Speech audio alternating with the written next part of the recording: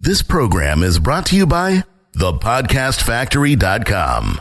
How would you like to get more customers, make more profits, and have bigger breakthroughs? Get Doberman Dan's Profit Boosting Breakthroughs. Normally, this would cost you $98 per month, but right now, for listening to this show, he's giving you a free copy of his Doberman Dan letter. All you have to do is go to DobermanDan.com and sign up to get your free copy now.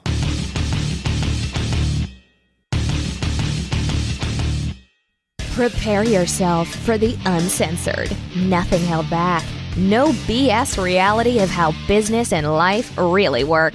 Doberman Dan is off the chain. Welcome back to Off the Chain with Doberman Dan. We're about to jump into part 2 of his interview with Chris, where he's going to talk about how he hates making assholes rich, how he started creating his own products, and how you can get laid more. So without any further ado, let's jump back in. I had people, mentors, things like that, telling me that I should create my own products for several years before I actually did it. I think I was in my own psychology and my own emotional development. I just wasn't ready to do so for whatever reason, because I was a pretty unhappy person with a lot of self-loathing for a long time, even when I was at the height of my success, actually. But doing freelance copy, the problem with it is, like, A, of all, you're making assholes rich, right? B, of all, they're not smarter than you. As a copywriter, they're just not, right? Like, most of the people that hire you wish they could do 1/5 of what you can do as a fucking copywriter, but you have no control. And most copywriters are so scared of learning anything about business. And I was too, right? They're just like, oh, I don't know how stats work. And I can't log into Aweber or something like that, or blah, blah, blah. I can't run a business. I can't have employees, things like that. But you've already got the most important thing if you're any good as a copywriter. And by the way, most freelance copywriters suck balls. They really do. The number of people that are charging A-player prices for D-level work is amazing to me. Yeah, blows my mind. And the fact that they're getting away with it, right? Like, the fact that people are paying 10 grand or more, 20 grand for a letter from some of these people. And then I see the stuff and I'm just like, what the fuck? Like, this is what you delivered? But that's a whole other topic. I just think being a freelancer I think it's a perfectly great way to get going. I think it's basically grad school, right? I'm really grateful for the first several years of doing that because I learned so much about what works and doesn't work. And I got my ass kicked 6 ways to Sunday. And I had amazing successes that I didn't get paid that well for, comparatively speaking. But, at least I got them on my resume and I started to build a name and things like that. But I got to tell you, my copywriting skills went way up when I started doing my own stuff, right? Because all of a sudden there's no hiding and there's no guessing. Right? You're not fucking like sitting there being like asking the client, well, how did it do? You're able to log in and see how it did. Exactly. And you can find out, hey, did that thing I did kick ass or did it just suck? Did it not make any money at all? And there's a totally different dynamic when it's your own money on the line that you it is. It definitely is. And when you're the client, right? Like, I am definitely the toughest client I've ever had, but that's okay, right? Because I can take my time and I can create the product. Plus, what I really like about being the person who owns the company is I can create products the way I want to create products, which is not, okay, we hire somebody off fucking Elance to create a product and then I write a letter for it. Yeah, like, that's just not the way we do it. Like what I do, if I'm creating the content, then it's one thing. But even if members of my team or somebody that we bring in are going to create the content, I always help them with the outline. And I write a bunch of the bullets before we do anything else. And then we make sure the product actually fulfills all the bullets. And it's a much different way of kind of approaching it. And I think it works a lot better, at least for me. So, but yeah, freelancing, I don't know, freelancing is like, it sounds so great. And it sounded so amazing to me when I was 26, 27 years old and dead fucking broke and making less than 30 grand a year at my best year. And it was just like, oh my God, can I get $5,000 to write a sales letter? And that sounded insane to me. And I get it. Like I hustled my ass off and I got to the point of some success doing that. And then realized that it was A of all, that wasn't going to make me happy. And B of all, working all the time was not a great way to live your life. And C of all, that there's more out there. There's more potential, but you have to believe in yourself and you have to be smart enough. And I don't know, like I have so many people who came into this business at the same time that I did who never got anywhere.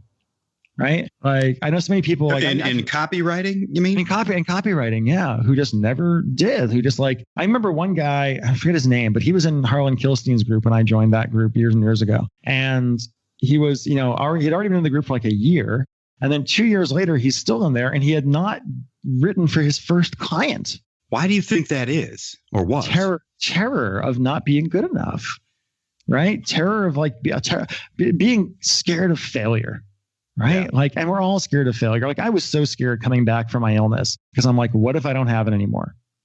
Right? Like, and people have expectations of me at this point. What if I don't have it anymore? What if I'm not good enough? And all these other kinds of things. And that was really, really scary. But I think a lot of people were just like, well, if I never, I have a phrase that one of my had-it-isms, as my students who I've taught various things to tell me, they've actually collected all of them. They have like dozens and dozens of had-it-isms at this point. I would love to get my hands on those. Yeah, I gotta see if they got. But one of them is, if you never try, you never fail. Right? And Yeah. I don't mean, and that does not mean you shouldn't try. It just explains why you haven't tried yet. Right? Like I know so many people who, I want to be a screenwriter. I want to be an actor. I want to be this. I want to be that. Well, they never do it.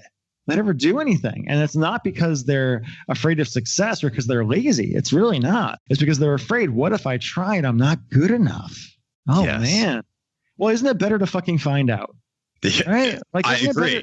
Isn't it better to fucking find out and find out you're not good enough at this one thing and realize that does not mean you're a bad person or that you have to be covered in shame all the time. I lived my whole life covered in like a blanket of shame up until the last couple of years. My entire marriage was about my desperate desire to be shamed by somebody in my life for some fucking reason. And getting rid of that and realizing that I have worth as a human being, even despite that, is kind of crazy. And I know most people aren't there yet. And I know that I'm a fucking rich white guy in Seattle at this point. And my perspective is very different than a lot of people's. But I also feel like I'm not big on entitlement. I'm not big on people giving you things or anything like that. If you want to see me angry, just let me deal with somebody who thinks they deserve success. Right? Yes. You want to see me rip somebody to shreds? That'll be the person I rip to shreds. Right? Because I'm just like, what the fuck are you? Why are you even here? Like, if you think you deserve, I don't think I deserve shit.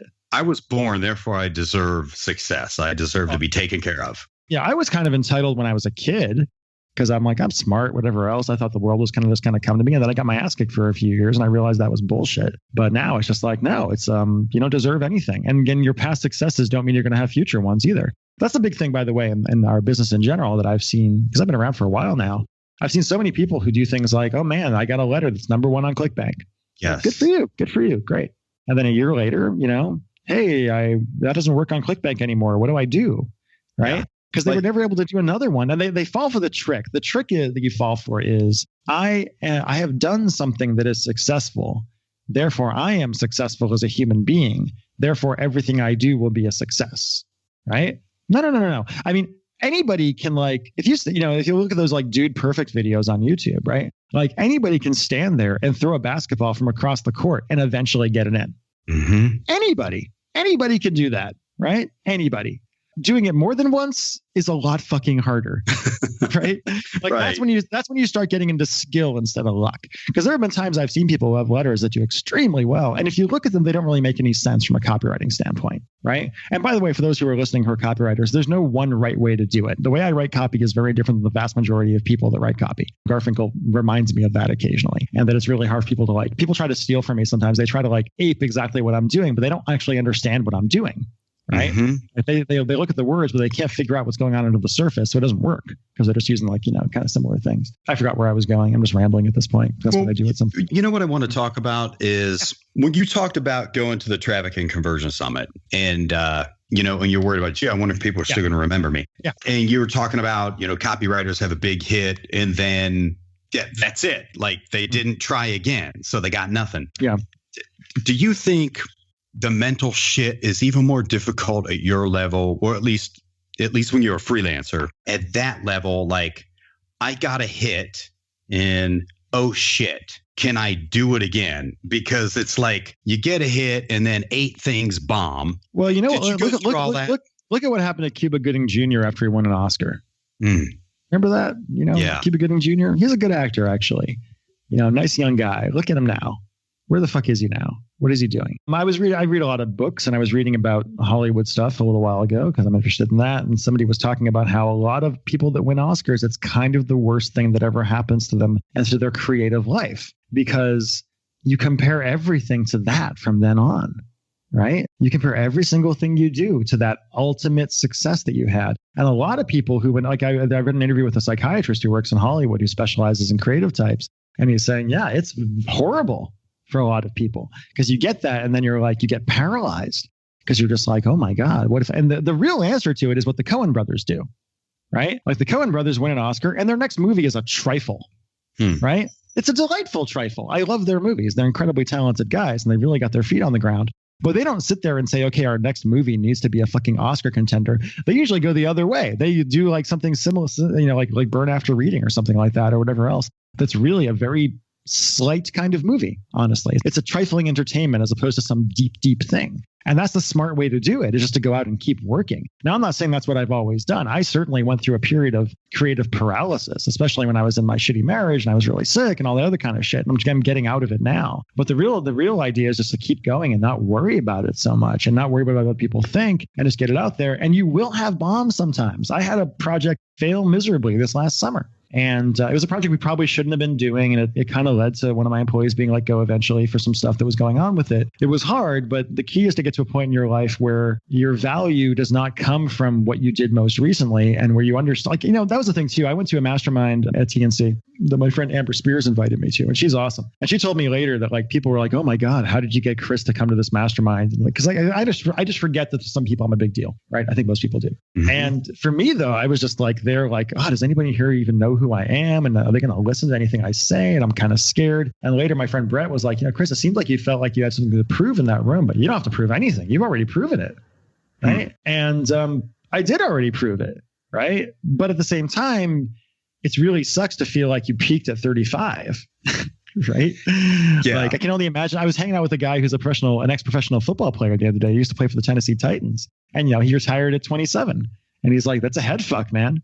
It's a fucking head fuck, because you go from like being famous and having, and having a very structured life and all these other kinds of things to just being another dude, basically. Yeah, big time. And another dude with a bunch of screws in his body because you've had so many injuries, right? So my theory of life has changed a lot in the last year or two. I never thought I was going to be a happy person at all. So it's kind of shocking to finally be there. So this transition that you made, let's talk more about that. Did you just one day decided that the hell with it, I ain't doing any more clients and just cut it off? Or did you keep the client work going while you're freelancing while you got something going on the side?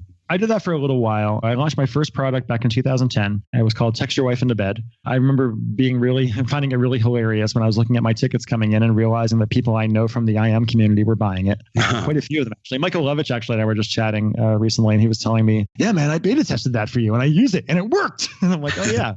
And his wife was like, yes, you got him laid. I'm like, thank you very much. That's awesome. Actually, it was your product, though, when they were buying it? Yeah, they did. Yeah.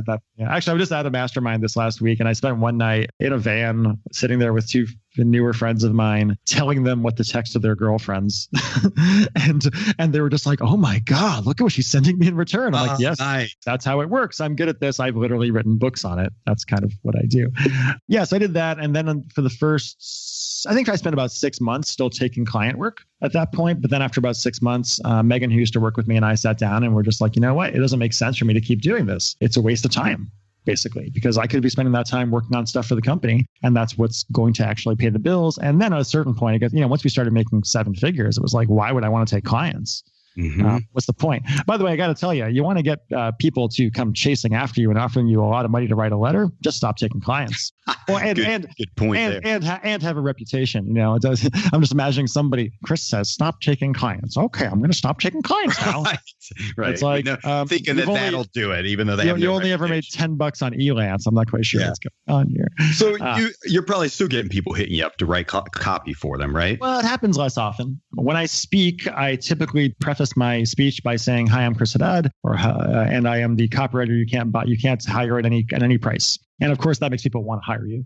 I've had people offer me large amounts of money to write letters that I haven't wanted to do. I've had a few things that I've consulted on, a few things that I've thought about doing. I might do some stuff in the near future. It kind of depends. I'm not really sure.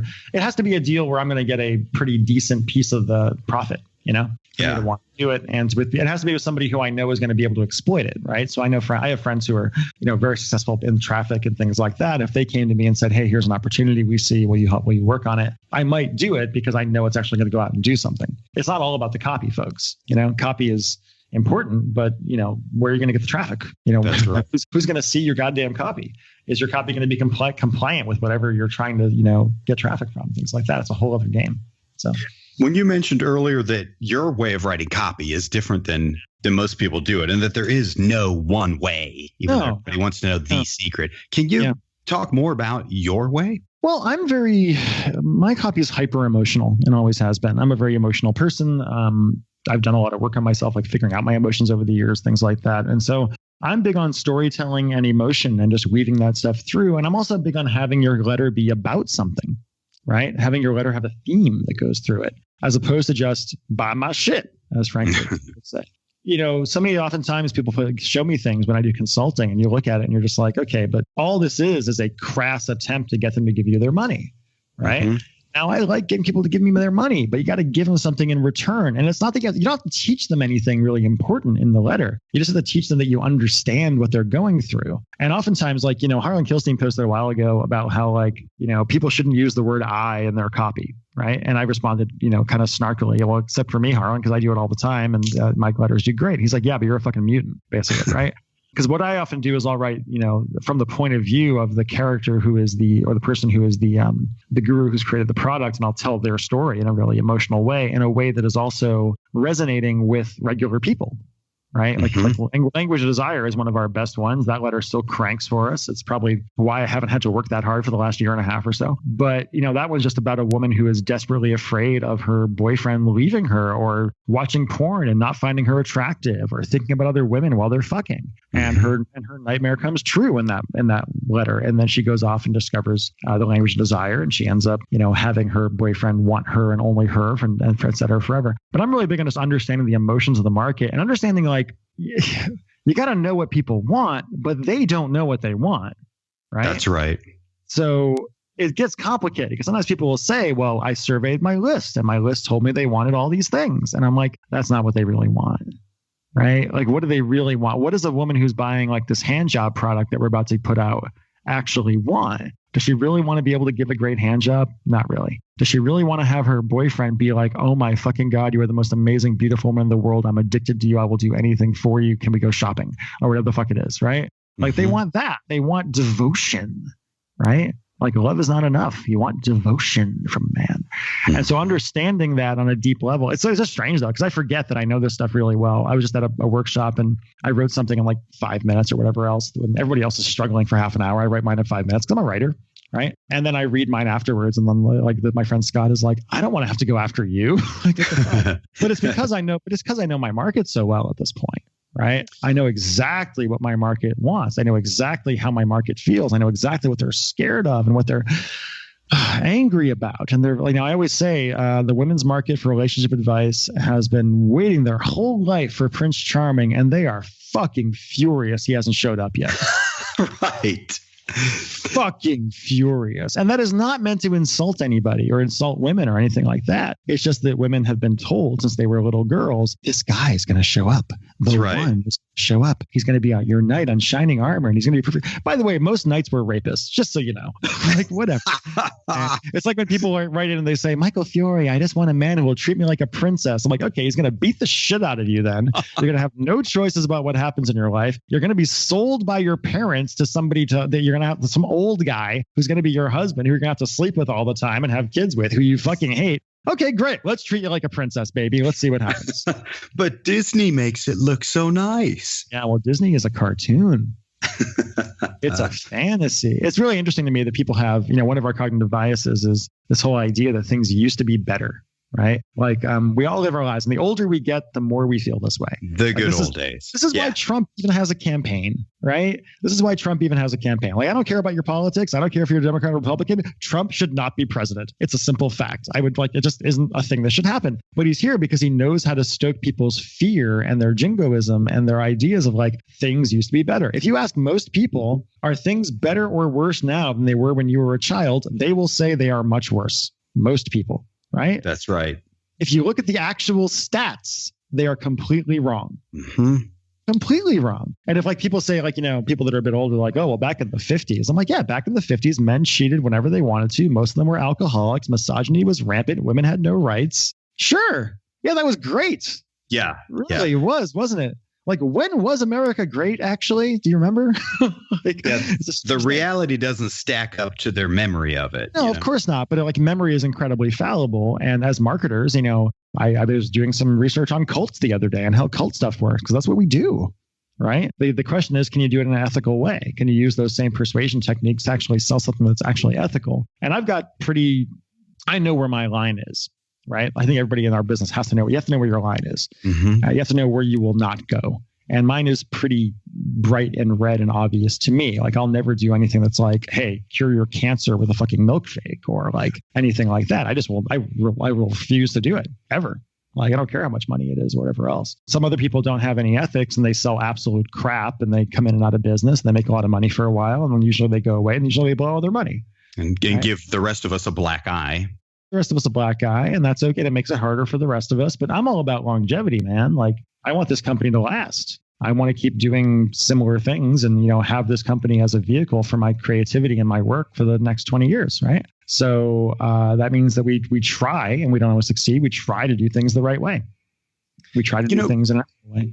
Speaking of your company, what I found a little surprising when we were on that copywriting call with Agora, whenever that was, a couple months back. Actually, now that I think about it, it was more than a couple months. And they sent me an awesome engraved mug, and it was cool. Oh, that was nice. Yeah, it was actually. Those guys, I'm talking specifically about Agora Financial. Those guys are awesome. That was fun. It was really interesting to me going and doing a talk to people to write financial copy, right? Because I don't do that. I've never written financial copy. I've written IM copy. I've written real estate copy, but I've always kind of avoided ever writing like anything for financial newsletters and stuff, because it's not a topic that's really interesting to me. And it was strange on the call where somebody was like, well, how do you apply all this emotional stuff to financial stuff? And I was like, what the fuck are you talking about? Yeah, exactly. Money is the most emotional topic in the world. The shame that goes around with making a bad investment. Yeah, like that particular person couldn't figure out how to tie in what it is you do with what it is they do, when it's which was insane. It's insane to me, because like my relationship with money over the years has been very emotional,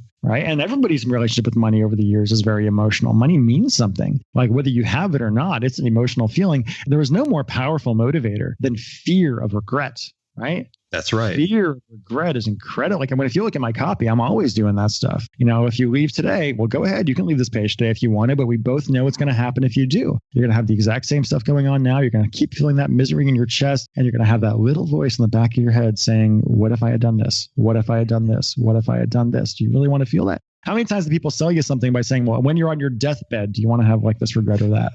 Right? Yeah. Now, I don't really believe in that. I think actually when I'm on my deathbed, like every moment is as valid as any other moment. So you just kind of live your life. But it works for most people.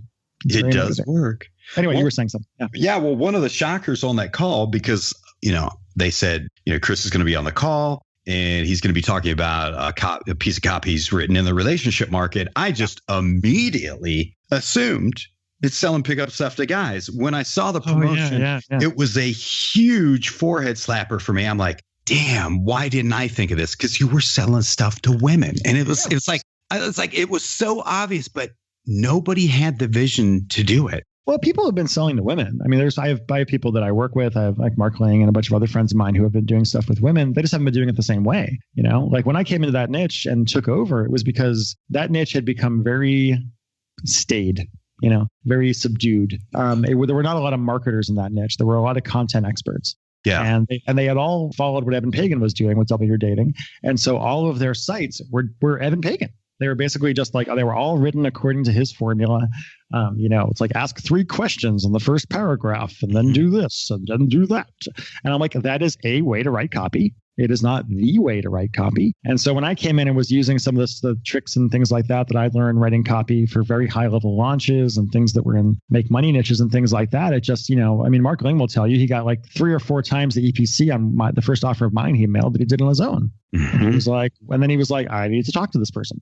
Right. And we became good friends after that. Actually, he ends up introducing me to my wife. So, hey, not so bad. Oh, hey, that worked out good. She used to work for him. So there you go. But yeah, I just feel like we just came in and just took over because we were willing to do something different. We were willing to be more aggressive. And for me, it was like as soon as I figured out that the women's market had as much potential as it did, I really took my focus off the men's market because I don't want to sell pickup shit. Mm-hmm. I just don't want to. Like, I mean, I would love to teach men what I know about masculinity at this point in my life. I would love to do that. I would love to teach men, like especially younger guys in their 20s, here's all the things that I thought when I was 25 that are absolute bullshit. And here's how to actually develop your confidence. And here's the attitude you need to have towards women to be able to have a lot of sex. And by the way, the attitude is, I'm not taking something from you. I'm sharing something with you. Right. So we're not only marketing stuff today, we're getting sex tips. No, but just think about that, right? Like most guys, like the culture, the misogynistic pickup culture, as it were, is really built around how many girls can I bang? How many girls can I close? There was some fucking guy at a TNC a year or 2 years ago, who cornered me at one point. He's trying to show me his letter. It's just like this VSL that's just all these drunk chicks falling over. And I'm just like, what the fuck, man? And then he's like, I think he's got autism or whatever else, but he's like, I closed 130 girls last year. Huh. And my response is, you closed them? And there's like 5 people standing around in a circle. And I'm like, oh, you closed them? Really? He's like, yeah, I did. He's like, so what does that mean? Did you like sew their vaginas shut when you were done so nobody else could get in there? Like, were you like marking your territory? And you're like, yeah, I closed your pussy, man. It's closed now. And everybody laughs except for this guy. And he goes, no, I had sex with them. Jeez. Tangentially, I believe that man is currently in jail for rape. That's a whole other. Doesn't surprise me. He sounds like those knights you described earlier. Yeah, exactly. It does in a lot of ways, right? But the pickup niche to me, I never had passion for it. I'm much more passionate about relationships, and with women, I think I just have a good rapport. And it doesn't hurt that I'm a tall, good-looking, confident guy who can get on camera and have these women have certain feelings. We actually just had a stalker come to town recently. That was kind of special. A stalker? Yeah, I had a stalker come to town about a month ago. That was pretty exciting. It was Gio, who runs our Facebook, called me up and said, hey, Chris, remember that stalker that was posting on Facebook? And I go, yeah, what about her? Because that happens occasionally. And she's like, yeah, well, I think she's in Seattle now. I'm like, really? No. And so what had happened, this woman had become fixated for the last several months, and she'd been posting things on Facebook. We thought it was a big deal. Then she posted on Facebook that she wanted to see me. And then she posted on Facebook, hey, what about these dates? It's in August, I think it was. And then she posted her flight information. And then she, from what I can tell, spent about 10 hours sitting at the Seattle airport waiting for me to pick her up. Oh, boy. Which didn't happen. But it was pretty scary. It was also kind of strange as far as like fame goes, right? Because it's always a little strange to me that I'm a little bit famous in 2 different worlds as 2 different people, right? So like Chris Haddad is, Chris Mr. Moneyfingers Haddad, and there's that whole thing, and that's what it is. And maybe I'll raise my profile again, maybe I won't, I don't really know. And then there's the Michael Fiore thing, which is this whole like, internationally known relationship expert and blah, blah, blah. And it's so strange because I'm so positive that if that woman had like actually met me in person, it would be such a strange thing for her because she's probably pretty conservative or whatever else. And then she'd meet, at least socially liberal, bisexual, atheist Chris Haddad. It'd be like, you're not what I was expecting. No, yeah, not the persona she fell in love with. No, and that persona is still me in a lot of ways, but it's certainly a edited version of me. Yeah, an edited, not the total you, just no, of course, because there's things that just aren't relevant or just aren't useful. You're like, I'm not going to go in there and rant about these things to our customer base who are not going to appreciate it. So. Man, there's a million things more I'd like to talk with you about, but we got to wind it down. I hope I'm a talker, man. I'm a talker. It's a thing. I love it. I hope you had a good enough time. You'll consider coming back one day. Sure. Yeah. Just give me a call. Awesome. Oh my God. Yep. Thank you, Chris. I really appreciate it. It was fun. I had a blast. I hope you did too. I did. So, Chris, really quickly, if people are looking for you online, where should we send them? Good question. Probably, hold on a second. I don't even know if I'm online that much. Well, I don't really have like programs and stuff like that right now. The best way if you want to learn anything from me is actually to go and get onto our affiliate list. Yeah, digitalromanceaffiliates.com. If you go there to digitalromanceaffiliates.com, you can sign up there and get onto our affiliate email list. You can go to our affiliate blog, which has a bunch of, and I haven't updated in a while, but I've done a bunch of interviews and I've given away a whole bunch of stuff, including like rip outs and tear downs of some of my best letters are in there. You can find me basically walking through some of my copy step by step and explaining like why I did what I did and why it works. And it's free. So there you go. Nice. Thank you. Thank you, Chris. No problem. All right. So that's a wrap for another Off the Chain show. Thanks for listening, and remember, if you want to create rivers of revenue from your existing customers, then the next thing you need to do is go to DobermanDan.com. He's giving away a free copy of his $98 per month Doberman Dan letter just for listening to the show. Go to DobermanDan.com now and sign up for your free issue. This is thepodcastfactory.com.